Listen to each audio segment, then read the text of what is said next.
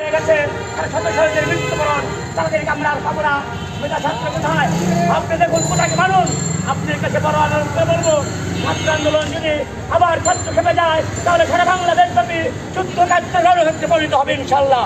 ইনশাআল্লাহ বলবো ছাত্র ভাই বন্ধুরা এবং ছাত্র বোনেরা, ভয় পাবেন না, ভয় পাবেন না।